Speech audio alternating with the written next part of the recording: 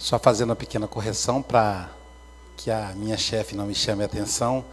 Atualmente vice-presidente, né? Eu sou atual vice-presidente. A presidente da nossa casa é a Cláudia, né? Então, atual vice-presidente da Sociedade Guarapari de Estudos Espíritas. Síndrome do pânico é uma palavra nova para um sentimento, para um processo antigo, mas que não envolvia tanta gente. O crescimento dos meios de comunicação, a democratização de acesso às informações, a quantidade de informações que são inseridas no mundo moderno, vai trazer alguns transtornos, entre eles a síndrome do pânico. Se a gente, segundo um historiador, a quantidade de informações que recebemos em uma semana é equivalente à quantidade de informações que um rei da Idade Média recebia em 50 anos. Olha que o rei é bem informado. 50 anos. O conforto que a família mais pobre usufrui é equivalente ao conforto de uma família nobre na Idade Média. Então, são mudanças resultantes da evolução, resultantes do mundo de regeneração que se aproxima. É a necessidade da adaptação. Nesse momento, pessoas do mundo inteiro têm a oportunidade de assistir essa palestra em tempo real. Isso é uma coisa inédita. E isso é acessível a qualquer pessoa. Dr. Milton Santos, na obra mais simples da carreira dele, segundo ele mesmo, e, portanto, uma obra bela, uma obra que tem muita generosidade da parte do pesquisador, escreveu uma obra por uma outra globalização. Na ocasião, em 1990, na década de 1990, ele previa que a internet seria o meio de comunicação do futuro, porque ela é democrática, porque ela é acessível a todos. Por exemplo, a live qualquer pessoa pode fazer, de qualquer lugar do mundo, sem nenhum tipo de contrato. E ele falava que a verticalização das mídias, ela empobrecia a cultura das pessoas. E que a internet iria democratizar, iria trazer de volta o que a gente chama de pluriculturalismo. Muito bem. Então, diante desse bombardeio de informações, dessa corrida contra o tempo, como é tudo muito democratizado, nós queremos correr muito para dar conta de todos os compromissos que se ampliam em função da tecnologia. Se não nos vigiarmos, ficamos o dia inteiro ligados no smartphone, que já não é mais aparelho celular. Agora já é smartphone. Os nossos avós, na juventude deles, não existia... o único aparelho de comunicação que eles tinham era o telefone discado, né? Que a gente provavelmente, muitos jovens nem conhecem o telefone discado. Tem uma música da evangelização espírita que tem a performance dos evangelizadores, né? E aí, na hora de fazer a performance, os evangelizadores mais antigos e os novos copiaram, até que um dia eu falei, olha, está desatualizado essa performance. Dizia assim: alô, alô, alô, eu gosto de você. Aí eu dizia, alô, alô, é porque os primeiros telefones você fazia esse movimento aqui, ó. Você colocava uma peça no ouvido e a outra na boca. Então eu falei, não é assim. Alô, alô seria assim, alô, alô, alô, eu gosto de... Não é que hoje nem é mais teclado. Desse movimento veio para o discado, depois o teclado. Não tem mais aparelho de tecla. Hoje são móveis mesmo, o telefone fixo, o aparelho é móvel. Tudo bem, parece incoerente, mas é isso mesmo. Então, Só para a gente perceber a velocidade do crescimento das coisas. Então, se a gente não se vigiar, ou seja, é necessário para cada um de nós nos adaptarmos a essa aceleração do tempo. Né? Nós ficamos muito tempo atrasados nos nossos vícios, nas nossas cristalizações, e parece que o tempo agora acelera. E aí é interessante a gente se adaptar. Se adaptar não no sentido de acompanhar tudo que vem, mas meditar sobre tudo que vem. Eu tinha um drama consciencial terrível. Eu estava conversando com a pessoa, o telefone tocava. E aí eu não sabia se eu atendia o telefone ou se eu continuava falando com a pessoa. E quem estava perto percebia a minha inquietude e por várias vezes a pessoa dizia, pode atender. E aí eu atendia. E aquilo eu me sentia culpado. Porque a outra pessoa estava ali presente, ao vivo e a cores, e a segunda pessoa no celular. Até que um dia eu tirei para meditar. E aí um dia a pessoa falou, pode ser que seja a dona patroa. Quando é a dona patroa que liga, você tem que atender rapidinho. Né? Então, aí meditei. Espera aí. Se eu estou conversando com alguém, isso quer dizer que, pela ordem, essa pessoa chegou primeiro. Então, eu não vou atender o telefone. Pode ser o Papa. Pode ser Allan Kardec reencarnado, que eu não vou atender. Porque o outro está na frente, é a lógica. Então, o que eu faço? Eu passei a colocar meu telefone no silencioso. Eu tenho que colocar em função da minha profissão, né? Porque o telefone do psicanalista, ele toca o dia inteiro. O paciente o dia inteiro querendo alguma coisa, que fale alguma coisa, enfim. Então, fica no silencioso.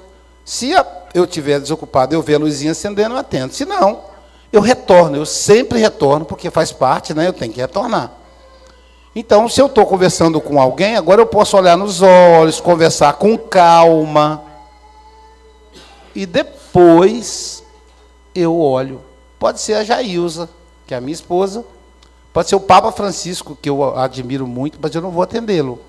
Não que o Papa Francisco queira telefonar para mim, só dando um exemplo. Né? Que eu não vou atendê-lo, porque a prioridade é quem está ali na minha frente. Mas isso parece fácil, né? Agora que eu estou dizendo, mas chegar a essa conclusão me doeu muito, demorou até cair a ficha. Então, eu estou dando exemplo sobre outras questões que a gente precisa meditar. Para a gente poder entrar no tema. A gente precisa meditar sobre essas questões da modernidade. Essa correria contra o tempo. Essa busca desenfreada de dar conta de todos os compromissos. Portanto, o controle. Antes era fácil controlar. Você ficava na porta da sua casa esperando o carteiro chegar com a carta. O carteiro hoje, a única coisa que ele não traz é a carta. Nem sei por que chama carteiro. Ele traz a conta do telefone, traz a cobrança do banco. Carta ele não traz mais. Então, é mais fácil controlar. Ele chegava, chamava, a gente ia lá. Agora não, chega milhões de mensagens via e-mail, que quase ninguém já não usa, Messenger, Facebook, WhatsApp, Skype, Instagram, e por aí afora. É muita coisa para a gente controlar. E daí vem, então, a síndrome do pânico. E o que é a síndrome do pânico? O que os pacientes descrevem quando chegam no consultório? Eles descrevem a seguinte situação. Primeiro, eles sentem um profundo mal-estar, como se fossem infartar. As pernas paralisam, não lhes obedecem. Se eles querem, por exemplo, quem tem síndrome do pânico, vai ter dificuldade de assistir palestra. Porque tem grande número de pessoas. Então, a pessoa vai preferir assistir pela internet. Ainda bem que existe a internet. No entanto, a internet não dá o mesmo calor do que assistir. Imagina você assistir um show pela internet e assistir um show, por exemplo, eu sou fã do Chico Buarque de Holanda. Imagina eu assistir um show do Chico pela internet ou assistir um show do Chico Buarque estando de perto. Então é diferente. Mas aí o portador da síndrome do pânico, ele não vai poder assistir show, porque ele tem dificuldade com grandes aglomerados de pessoas. Então ele quer ir, mas a perna não dá jogo, ela não obedece. A pressão arterial cai. O batimento cardíaco acelera. E aí ele começa a sentir um congelamento no corpo. Ou seja, ele está morrendo em pé.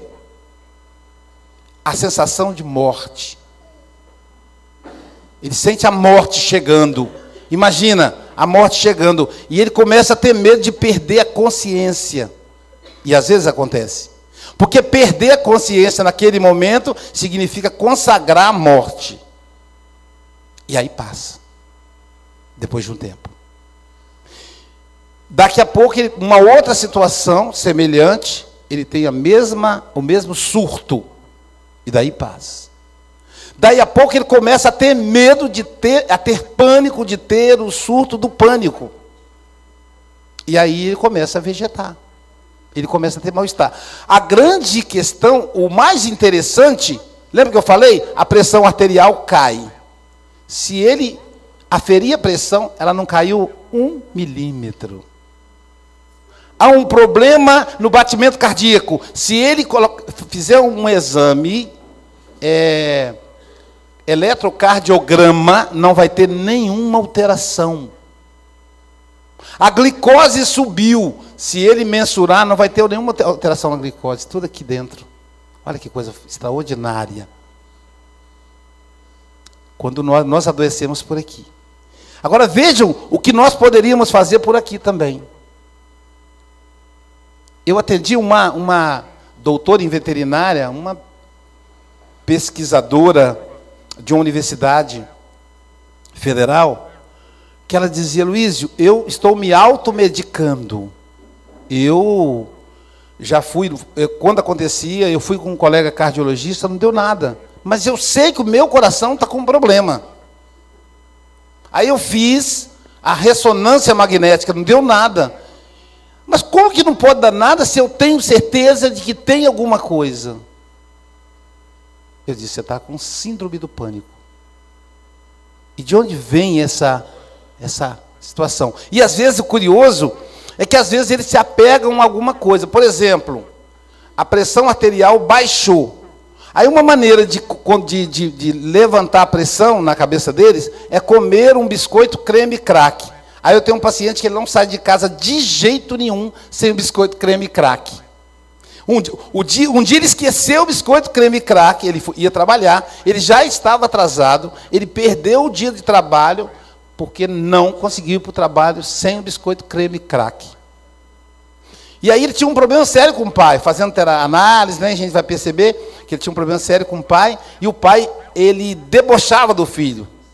Está vendo, você não é homem não, rapaz. Você, para sair de casa, precisa do biscoito creme crack. Mas esse filho, ele tem 62 anos. O pai tem 85 e o pai debocha dele. E o pai debochou dele a vida inteira. Uma das coisas que teve que trabalhar na análise foi isso.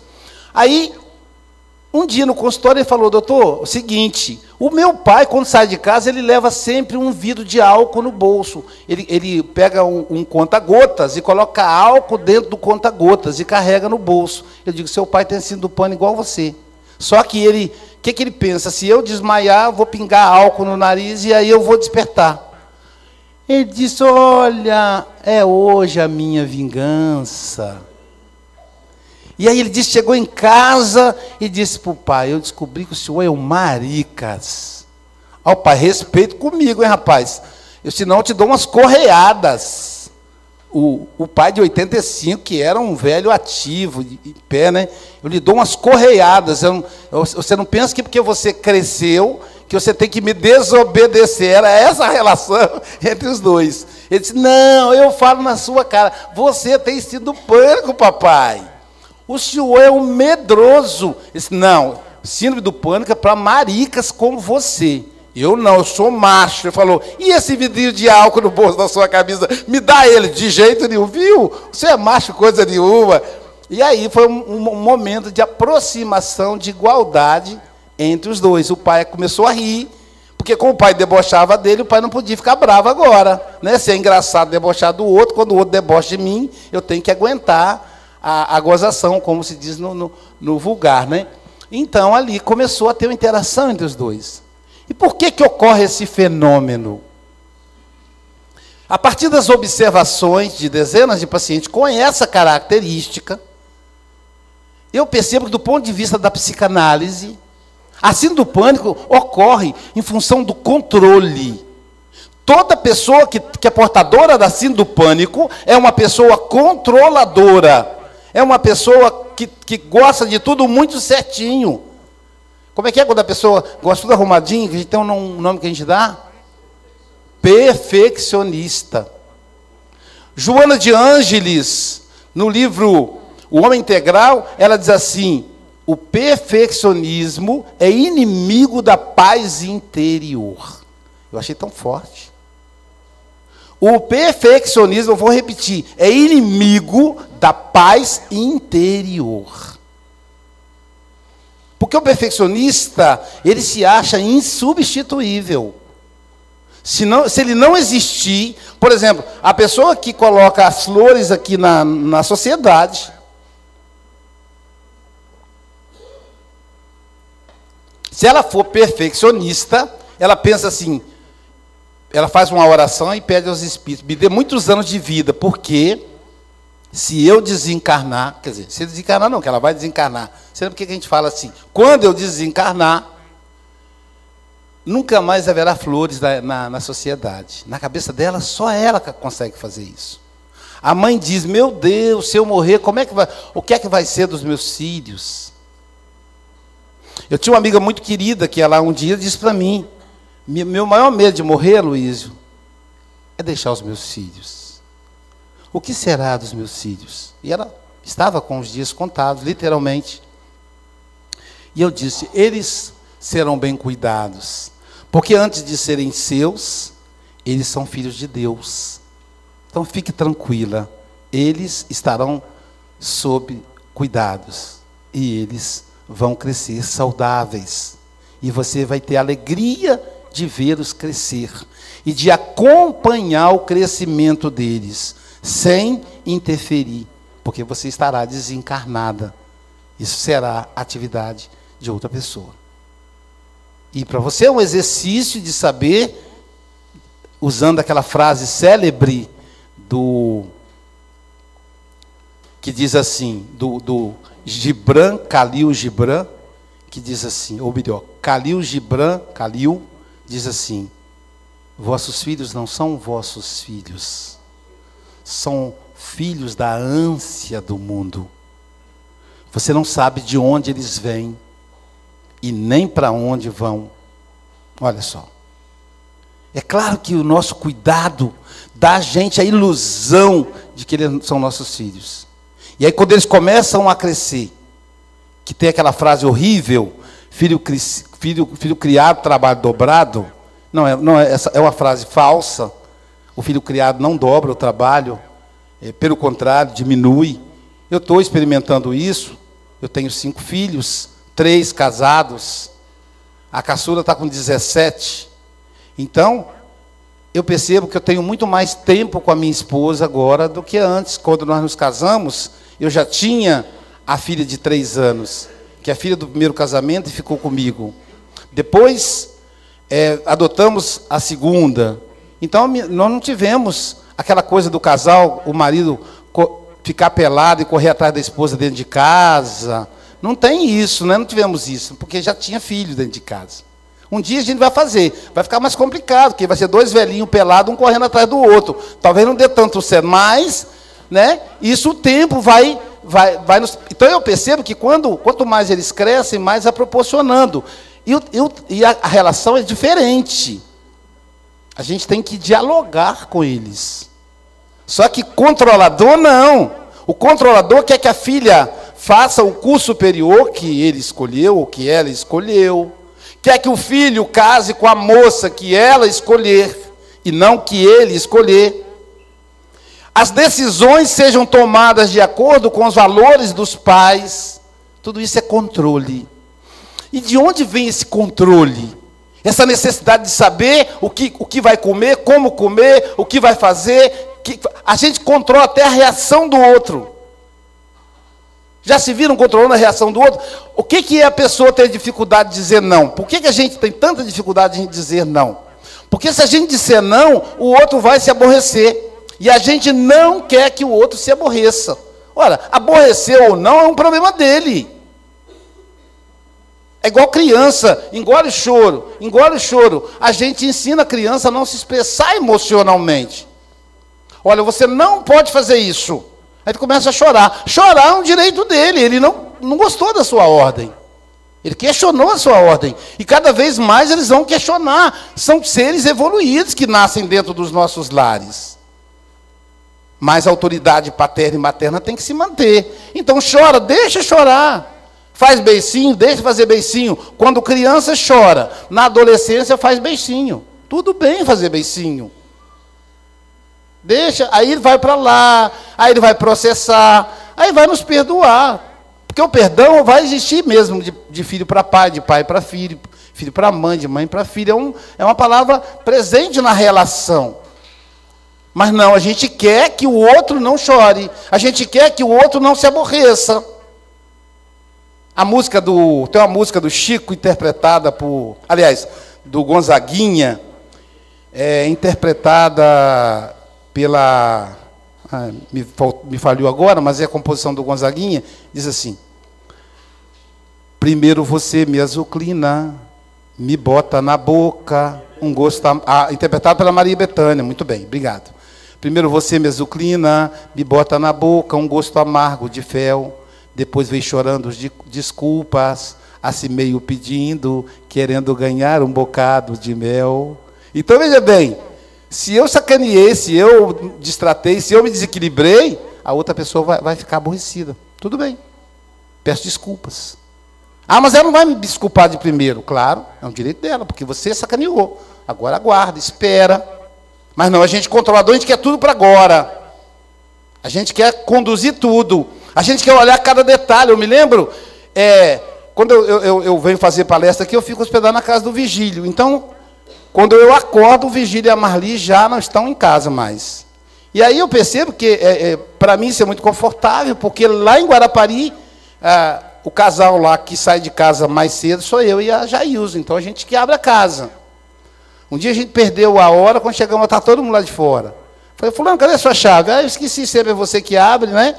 Então, já estou acostumado com essa história de... Então, por exemplo, o dia que o Vigílio e a Marli não puderem vir, e aí? A casa não vai funcionar? E as cadeiras? Qual vai ser a posição que vai colocar?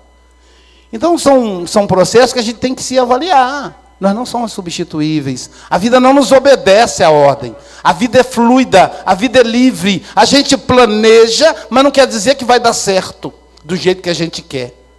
Nós somos tão controladores que até o nosso diálogo com Deus é um diálogo de controlador. Eu tenho fé em Deus. Eu tenho fé em Deus que meu filho vai passar no vestibular de medicina. Ué, é Deus que vai ajudar ou é você? Você já está dizendo, Deus, o que ele tem que fazer? Ele é seu empregado? E se ele entender que seu filho não vai fazer medicina, vai fazer mecânica, que não tem nada a ver com a medicina, como é que vai ser? Dessa vez não foi, mas a minha fé é que o ano que vem vai ser. Que fé é essa? Fé é conversa fiada, você é um controlador. Se você tem fé em Deus, eu tenho fé em Deus que Ele fará o melhor que tiver por mim, porque Ele é meu Pai. Que Ele fará o melhor que tiver pelo meu filho, porque Ele é pai dele. Isso é fé. Aceitar, acreditar e esperar o que a gente não planejou. Mas a nossa fé é essa fé direcionada. Eu tenho fé que meu câncer vai ser curado. E se estiver aproximando da hora de você desencarnar? Não vai ser curado. Aí é falta da sua fé? Não. É porque não está na sua hora, ou está na sua hora. Então, a gente quer fazer tudo do nosso jeito. O controle, ele funciona como aquele... Lá em Pernambuco, na região de Caruaru, que é a capital do forró, tem um artesão famoso lá, que faz o chamado mameluco. Como é que é? Mamelungo. É alguma coisa assim, que é um mamulengo, obrigado aí, ó, pessoal culto, tá vendo, Vigílio? É mamulengo o nome. Então, é marionete. E aí, o controlador é o que fica por trás dos bastidores, ele não aparece, ele fica mexendo o mamulengo. Então, ele controla o mamulengo. E a gente quer fazer isso com o marido, com a esposa, com os filhos. O maior problema de convivência, lembra aquela história? Falta de, como é que os casais dizem? É falta de combinação de gênero, falta de combinação de sei o que, nada disso, é orgulho dos dois. É um querendo controlar o outro. Por que não fazia isso no namoro? Porque no namoro a gente está apaixonado, a gente deixa o outro ser como ele é, e nós projetamos uma imagem que ele não é. Mas aí queremos adequá-lo à imagem que projetamos. Toda mulher tem um projeto de marido. E ela quer adequar o homem àquele projeto. Ela fala, meu marido, quando jovem, quando eu casar, meu marido, ele vai todo dia me dizer bom dia, dizer eu te amo. À tarde, quando ele chegar do trabalho, ele vai trazer um buquê de flores e vai dizer, oh meu amor, você é a minha vida. Quando ele for almoçar, ele vai dar uma garfada e vai dizer, você é a melhor cozinheira do mundo. Aí o Roberto Carlos diz assim, esse cara sou eu, só se for, né? Ou seja, esse marido não existe, a não ser na cabeça dela, coitada. Aí quando o cara chega de manhã, já de manhã, para começar o dia, ela diz, amor, você já vai? Hoje eu estou com a cabeça cheia, não me enche o saco. Pronto, já saiu fora do projeto dela. E o homem? O projeto de mulher para o homem. Quando eu chegar, eu vou olhar para ela e vou dizer, vamos, assim, na hora, você é o melhor homem do mundo. Aí ele casa, fala, vamos, ela fala, fazer o quê? Varrer o quintal, é isso que você quer? Né? Então, ele vai se decepcionando, mas essa mulher agora não é a mulher que eu queria. Claro, ela é um ser humano. Ela é do jeito dela. Se você quiser, você tem que se adaptar a ela. Mas assim eu não quero, então fique sozinho, porque todas elas são assim, é um problema de fabricação.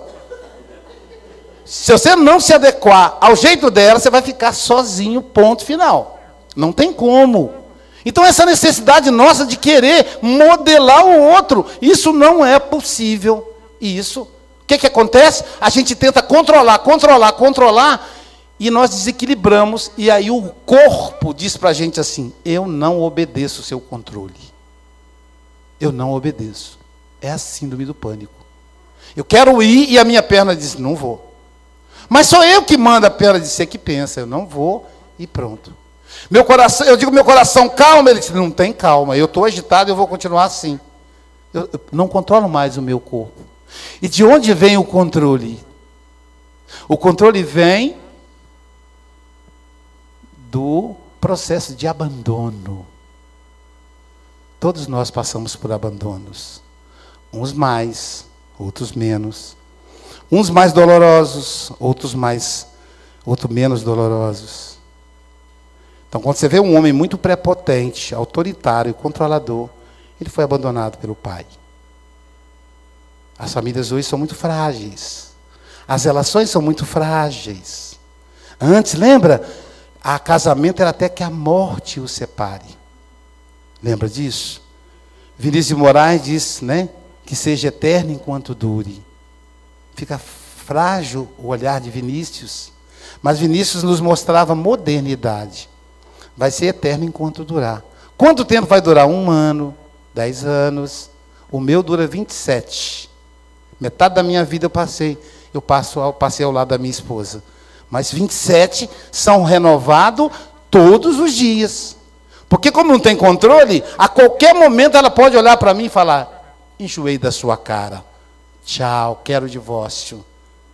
Aliás, eu nem preciso dizer que quer o divórcio, só separar, ir no cartório e as coisas se resolvem. É simples assim, todo dia. Então, que segurança eu vou ter? Nenhuma.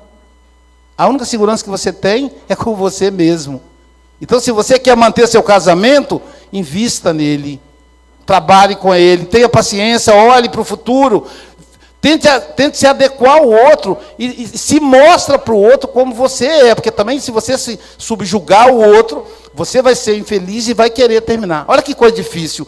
Se eu me mantenho como eu sou, o outro fica bravo e briga. Se eu me submeto à vontade do outro, eu fico infeliz, com depressão e quero sair do casamento.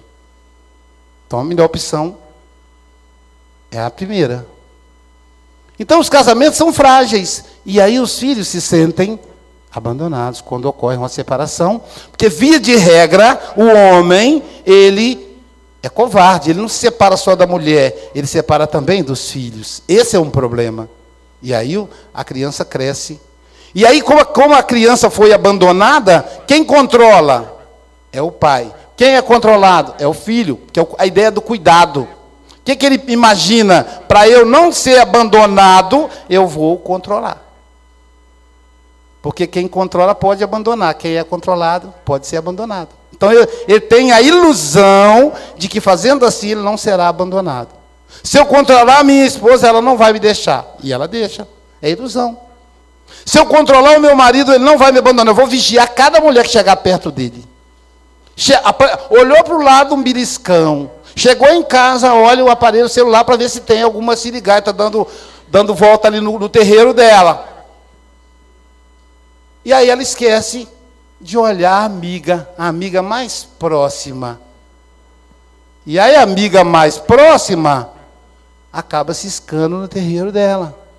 Então não tem como a gente controlar, a gente tem que confiar. E se acontecer, aí é um problema do outro.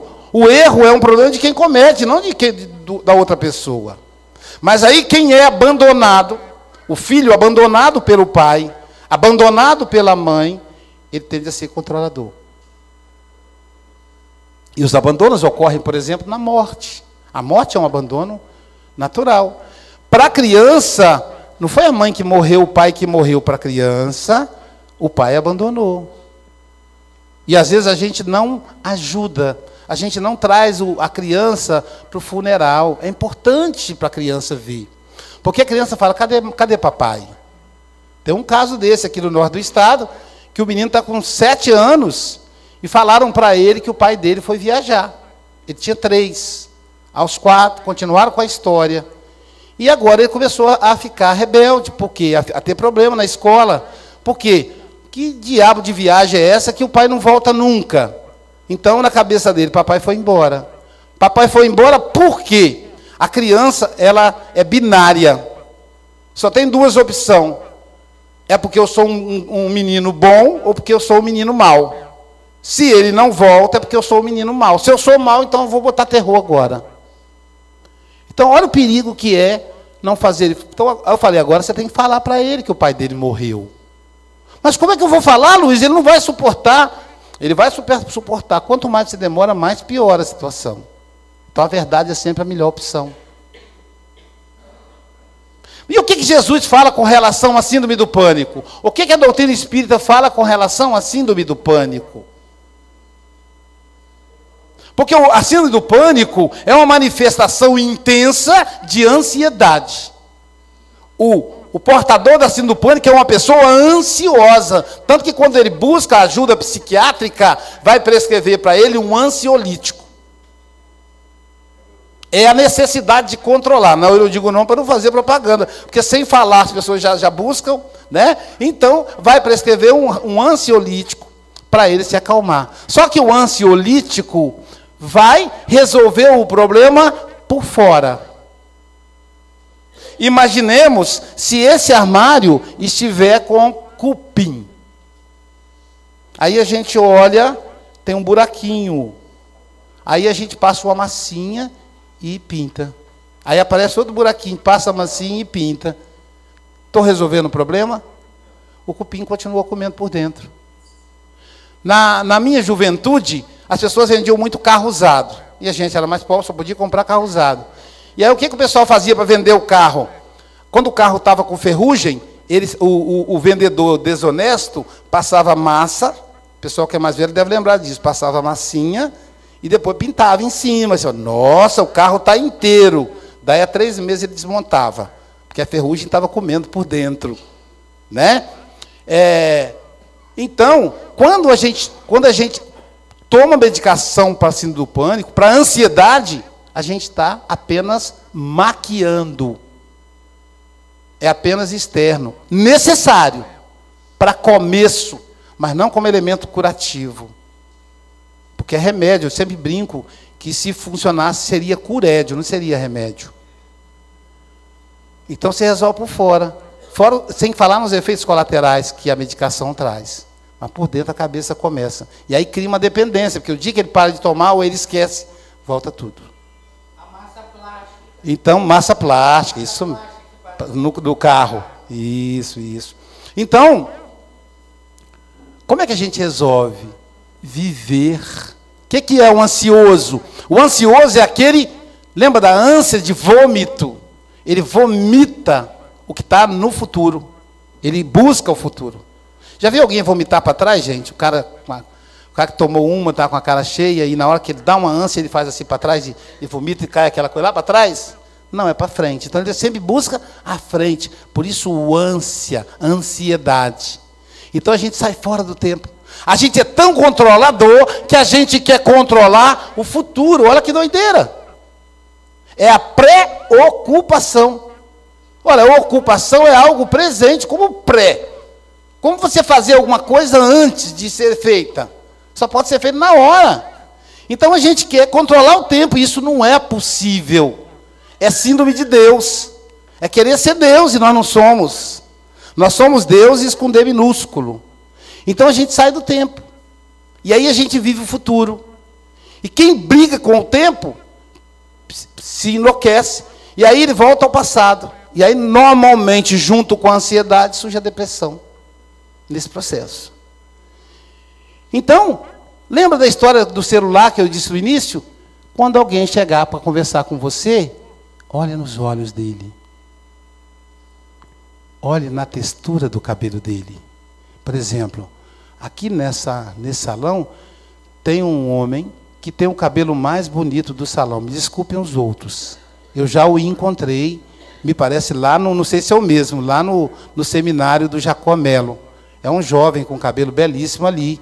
E, eu estou puxando a sardinha porque eu tenho um filho, e a minha filha também tem um cabelo assim. Então, eu me apaixono porque eu lembro do meu filho, Sócrates, que tem o cabelão desse jeito. Então, a gente olhar a cor dos olhos, o piscar, o semblante emotivo, a tentativa de olhar com profundidade.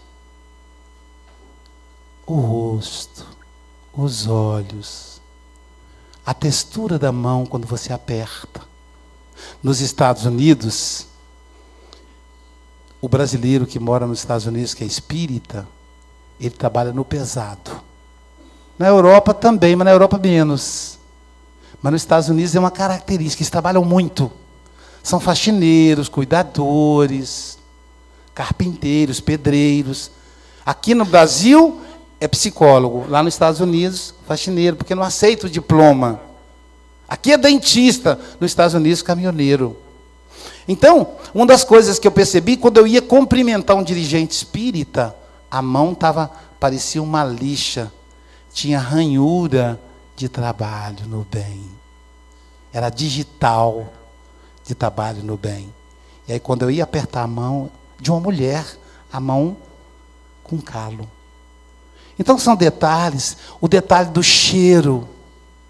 Um garotinho sentou-se do meu lado, lá em Nova Venécia, e disse assim: o senhor é irmão da professora Heloísa? Aí eu disse: por quê? Me pareço com ela? Ele disse: não, porque o senhor tem o mesmo cheiro dela. Olha só, que coisa fantástica. Eu estava no shopping Vitória, e um aluno do IFES me disse assim, gritou assim: professor Aloísio. E eu pensei: como é que ele sabe que eu estou aqui se ele é cego? Aí eu disse: como é que você me achou, rapaz? Ele falou: seu cheiro. Como é que ele identificou o cheiro naquela multidão, gente? Olha o que nós estamos perdendo da vida. A gente come com pressa, a gente come assistindo um seriado do Netflix, ou o mais velho vendo uma reportagem do jornal horrível, que faz um mal danado, faz pior do que o filme pelo menos às vezes é um filme instrutivo. A gente não presta atenção na textura da comida, no paladar, e aí comemos muito. A gente até esquece que comeu. Isso é viver o presente. Dar um abraço apertado. Viver o presente.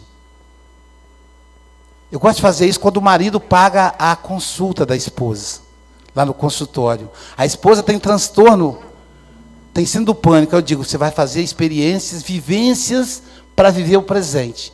Experiências para viver o presente. Então, quando você for comer, tenta separar o alimento e sentir o paladar. Eu ontem comi o angu baiano, quando ele batia na minha língua, aí tinha o salzinho do bacon. Gente do céu, eu acabei perdendo a linha e comendo mais do que devia. O paladar, está me dando água na boca, só lembrar, o paladar do alimento. E aí eu digo para a esposa assim, seu marido vai vir te buscar? Ou ela falou, não, ele ficou esperando lá fora, porque o marido fica lá de fora. Sei lá, né, o que o psicanalista está fazendo com a esposa dele, e eu deixo a porta semi-aberta, porque a hora que se ele quiser entrar, ele pode entrar e vai saber que não está acontecendo nada. Então, eu nunca tranquei a porta do consultório. E o marido está lá de fora, o maridão, que é o cara que está bancando ali a consulta.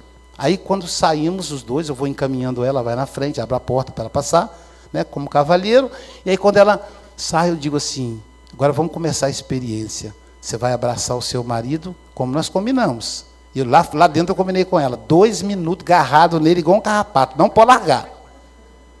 E aí ela olha para o marido, nos olhos do marido, o marido fica todo desconfiado, né? E ela diz assim, amor, eu te amo. E abraça ele. E ele fica assim, o braço dele está solto assim, né? Aí ele fica surpreso, até que ele vai levantando o bracinho e abraça. Aí chega uma hora que eu percebo que ele quer dizer assim, já chega nada, 2 minutos, e 2 minutos parece uma eternidade, que não estão acostumados. Aí daqui a pouquinho eu faço assim com o dedo, pelas costas do marido, aí ela solta. Aí ele fala assim, doutor, quando é que é a próxima sessão da minha esposa?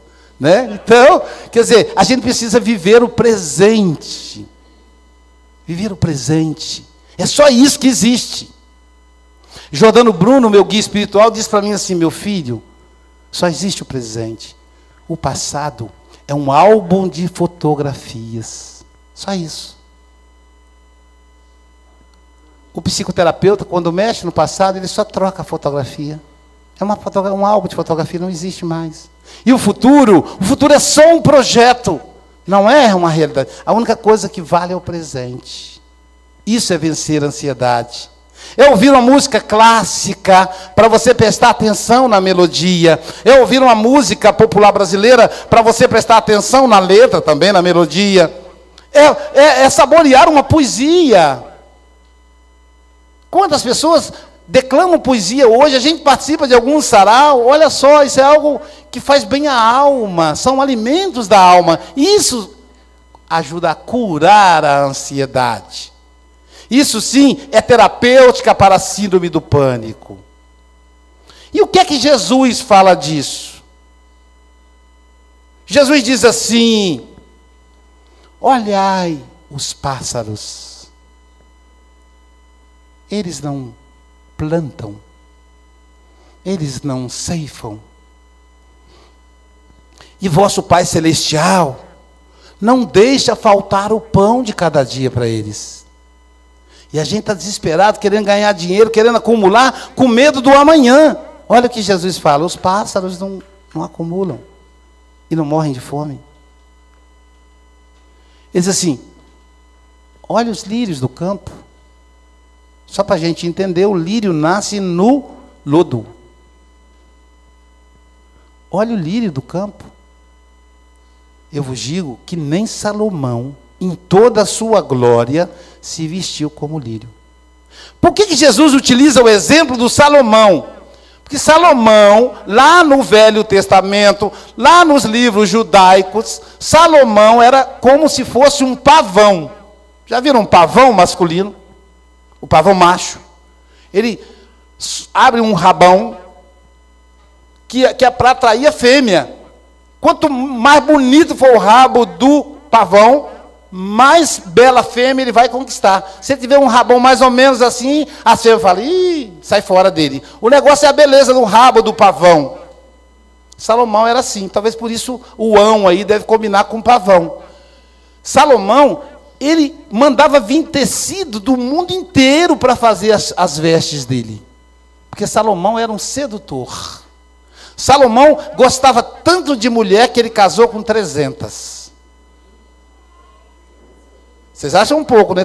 Mas como naquela época, hoje não acontece isso mais, como naquela época os homens não eram fiéis à esposa, Salomão arranjou 700 amantes.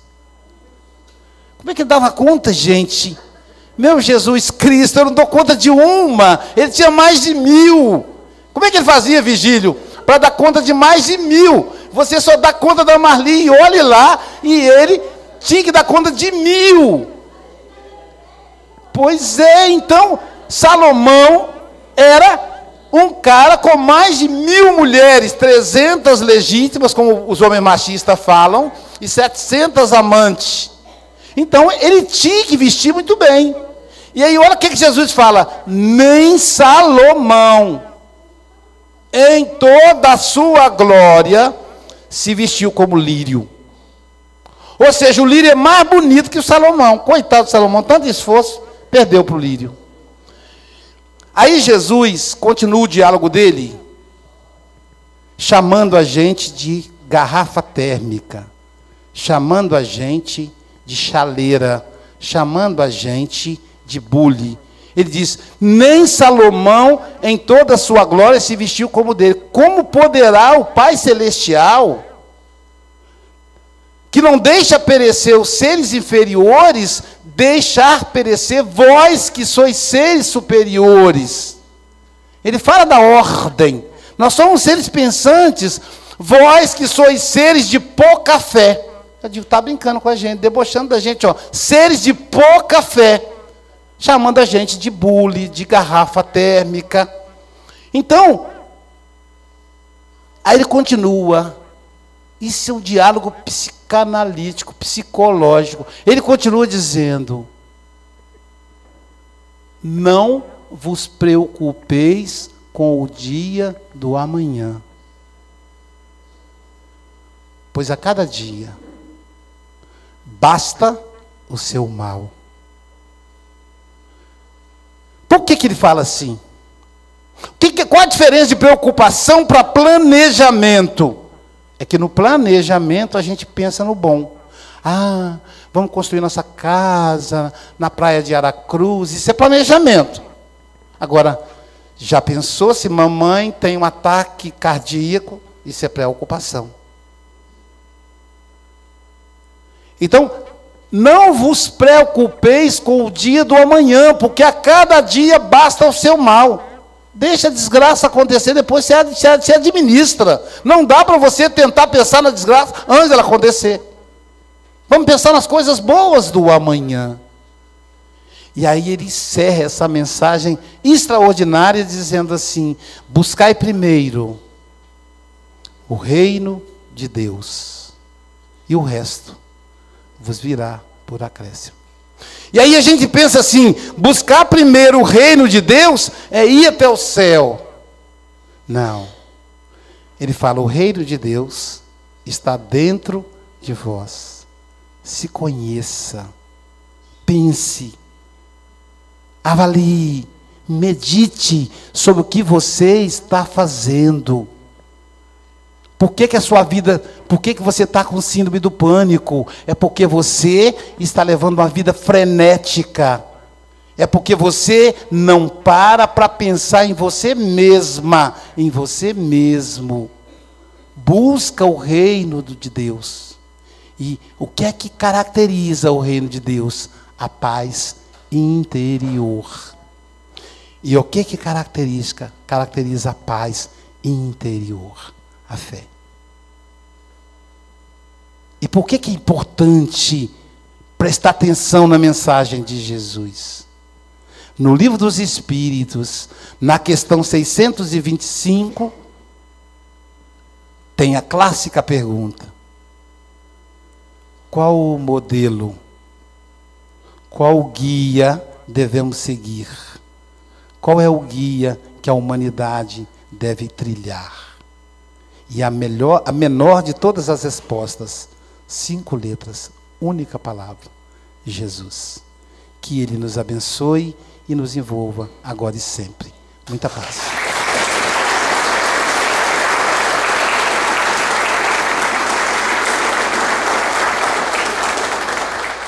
Avisar o pessoal da internet, em outubro a gente vai fazer uma agenda de palestras na Europa, começando pela Suíça, depois vamos para a França, na Itália, e vamos encerrar em Portugal, que é a minha segunda casa. Então, os amigos de Portugal, da Associação de Leiria, da Associação de Santarém, estaremos em Portugal e lançando um livro pela editora portuguesa. O nosso livro Por Entre as Dores vai ser lançado lá, está sendo para ser na FINAC, traduzido para o português de Portugal, em parceria com a Associação Médico Espírita de lá. Tá bom? Muito obrigado mais uma vez.